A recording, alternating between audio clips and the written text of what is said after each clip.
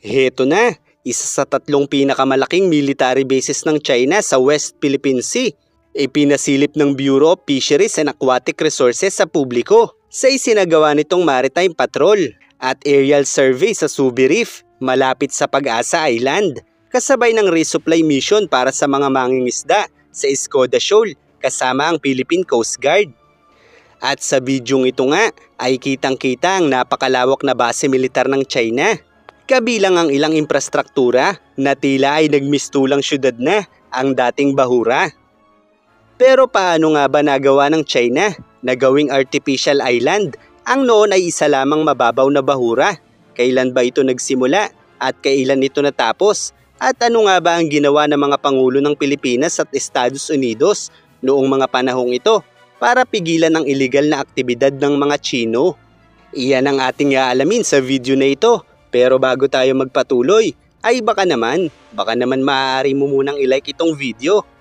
Heto ang kuha mula sa satellite ng Subi Reef na kilala rin sa tawag na Zamora Reef noong 2014. Dito ay makikita natin na tila ay kagaya lamang ito ng Ayungin Shoal na isang bahura, at noong mga panahong ito, ang Pangulo ng Pilipinas at US ay sina Aquino at Obama, at makalipas lamang ang 2 taon, ang dating bahura ay bigla nang naging isla. Pero ano nga ba ang ginawa nila para pigilan ang China? Ang alitan ng Pilipinas at China sa panahon ng administrasyon ni Noynoy Aquino ay nagsimulang uminit noong Marso ng 2011, kung saan ay hinaras ng 2 Chinese patrol boat ang isang Philippine Department of Energy commissioned survey ship na nag-e-explore sa lugar para sa posibleng drilling sites. Kaya naman dahil dito ay nagsumiti ng kauna-unahang diplomatic protest ang Administrasyong Aquino laban sa China, at kasunod nito noong kalagitnaan ng Hunyo 2011 ay hayagang kinilala ng Administrasyong Aquino ang pangangailangan ng suportang diplomatiko at militar ng US dahil sa limitadong kakayahan ng militar ng Pilipinas para tapatan ang agresyon ng China, at dito ay hiniling ng Pilipinas ang isang malinaw na pangako ng US sa pagtatanggol ng Pilipinas para sa seguridad nito base sa 1951 Mutual Defense Treaty, partikular na ang suporta sa hukbong dagat at hukbong panghimpapawid ng Amerika para sa mga puwersa ng Pilipinas na nakabase sa Spratly Islands. Hanggang dumating ang pagkakataon na nagkaroon ng mahigit sa 2 buwang standoff sa pagitan ng China at Pilipinas sa Scarborough Shoal noong April ng 2012 hanggang buwan ng Hunyo, na nagtapos naman ng magkasundo umano ang China at Pilipinas na alisin ang kani-kanilang barko sa nasabing bahura, kung saan ang namagitan umano noon sa pag-uusap ay ang Amerika. Gayunpaman nang makaalis na ang mga barko ng China at Pilipinas ay agad din umanong bumalik ang China, at dito ay permanente na nilang inukupa ang bahura, at noong mga panahong ito ay si Barack Obama pa ang Pangulo ng US, at ang tanging nagawa lamang nito ay payuhan ng Administrasyong Aquino na daanin sa legal na proseso ang reklamo nito, na humantong naman sa pagsusulong ng Pilipinas ng reklamo sa international law. Gayunpaman dahil nga hindi kinikilala ng China ang reklamong ito at walang ginagawang parusa ang mga Amerikano, ay nagpatuloy lamang ang China sa pagpapalawak ng mga outpost nito sa West Philippine Sea.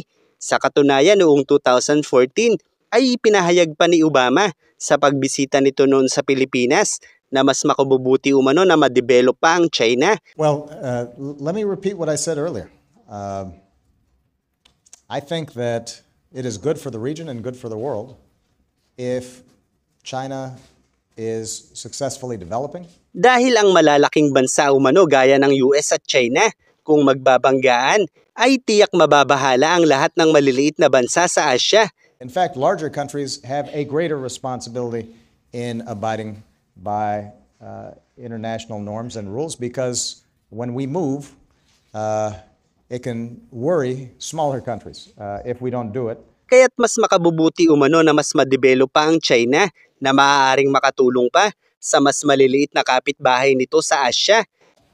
And the more they're able to develop and provide basic needs for their people and work cooperatively with other countries in the region, that's only going to strengthen the region. That's not going to weaken it. Ganyan kawalang silbi ang administrasyon ni Obama, kaya't ng taon ding ito, naging napakabilis ng mga reklamasyon ng China partikular na sa Subi Reef na bahagi ng West Philippine Sea at nang lumabas naman ang Arbitral Tribunal Award noong 2016 sa panahon ng Administrasyong Duterte ay muling nabuhayan ang Pilipinas sa pag-asang mababawi na natin ang mga inaangking teritoryo ng China sa West Philippine Sea. Gayunpaman noong mga panahong ito ay si Barack Obama pa rin ang Pangulo ng mga Amerikano na agarang nagpahayag ng pagkabahala matapos lamang ang 2 buwang drug war ni Duterte bilang Pangulo na labis namang ikinagalit ni Duterte at hayagang sinabihan ng maanghang na salita si Obama na naging daan naman sa paghina ng ugnayan ng Pilipinas at Amerika. Kaya naman ang si Donald Trump na ang nanungkulan noong 2017 ay hindi na ganoon katibay ang relasyon ng US at Pilipinas. Gayunpaman hindi gaya ni Obama, si Donald Trump ay nagsikap na tulungan ang Pilipinas sa panahon niya kahit pa si Duterte ay umasa na sa China. Kaya't nakapagpatuloy ang China sa reclamations nito sa mga isla habang si Donald Trump naman ay nagpataw ng mga sanctions sa mga kumpanyang may kinalaman sa reklamasyon ng China kahit pa ayaw makipagtulungan ng Pilipinas sa kanya. Ang isang paraan kasi upang maging epektibo ang US sa pagpigil sa mga aktibidad ng China sa rehiyong ito ay ang pakikiisa sa kanila ng mga bansang may claims sa rehiyong ito. Dahil ang mga reklamasyon ng China sa West Philippine Sea noong mga panahong ito ay hindi naman nakasasagabal sa freedom of navigation ng mga Amerikano. Sa madaling salita ay nakadaraan pa rin sila dito, kaya't wala silang magiging dahilan upang harasin ang mga Chino. Subalit kung ang isa sa mga claimants sa rehiyong ito ay maninindigan at muling paiinitin ang tensyon sa rehiyong ito, ay magagawa ng US na dagdagan ang pressure nito laban sa China. Sa ganitong paraan ay mauunawaan ng China na maaari na nilang makabangga ang US kung magpapatuloy sila. Lalo pa at si Donald Trump nga ay ayaw na ayaw malalamangan ng China. Gayunpaman dahil nga mas pinili ng Administrasyong Duterte ang China ay walang nagawa si Donald Trump kundi ang magmanman at magsanksyon lang sa mga kumpanyang may kinalaman sa reklamasyon ng China. Kaya naman noong March ng 2022 ay fully militarized na ang 3 isla sa West Philippine Sea, kabilang na ang Subi Reef. Kaya't ang ipinapakitang ito ng BIFAR ay bunga lamang ng mga kaganapan sa nakaraang mga administrasyon at hindi ginawa sa panahon ng administrasyong ito. Dahil kung magbabasa ka ng mga komento patungkol sa mga balita patungkol dito, ay tila ang iniisip nila ay kagagawa lang ito ng mga Chino. Subalit ang katotohanan sa panahong ito ay tiyak na babahala na ang China na masilipan sila ng panibagong reklamasyon ng ating gobyerno. Dahil kung gagawin nila ito, na maaaring magbunga ng direktang komprontasyon ng China at Pilipinas, ay magkakaroon na ng dahilan ng mga Amerikano para makialam sa kaguluhang ito dahil ang US at Pilipinas sa panahong ito ay may mas matibay na ugnayan kumpara sa mga nagdaang pangulo.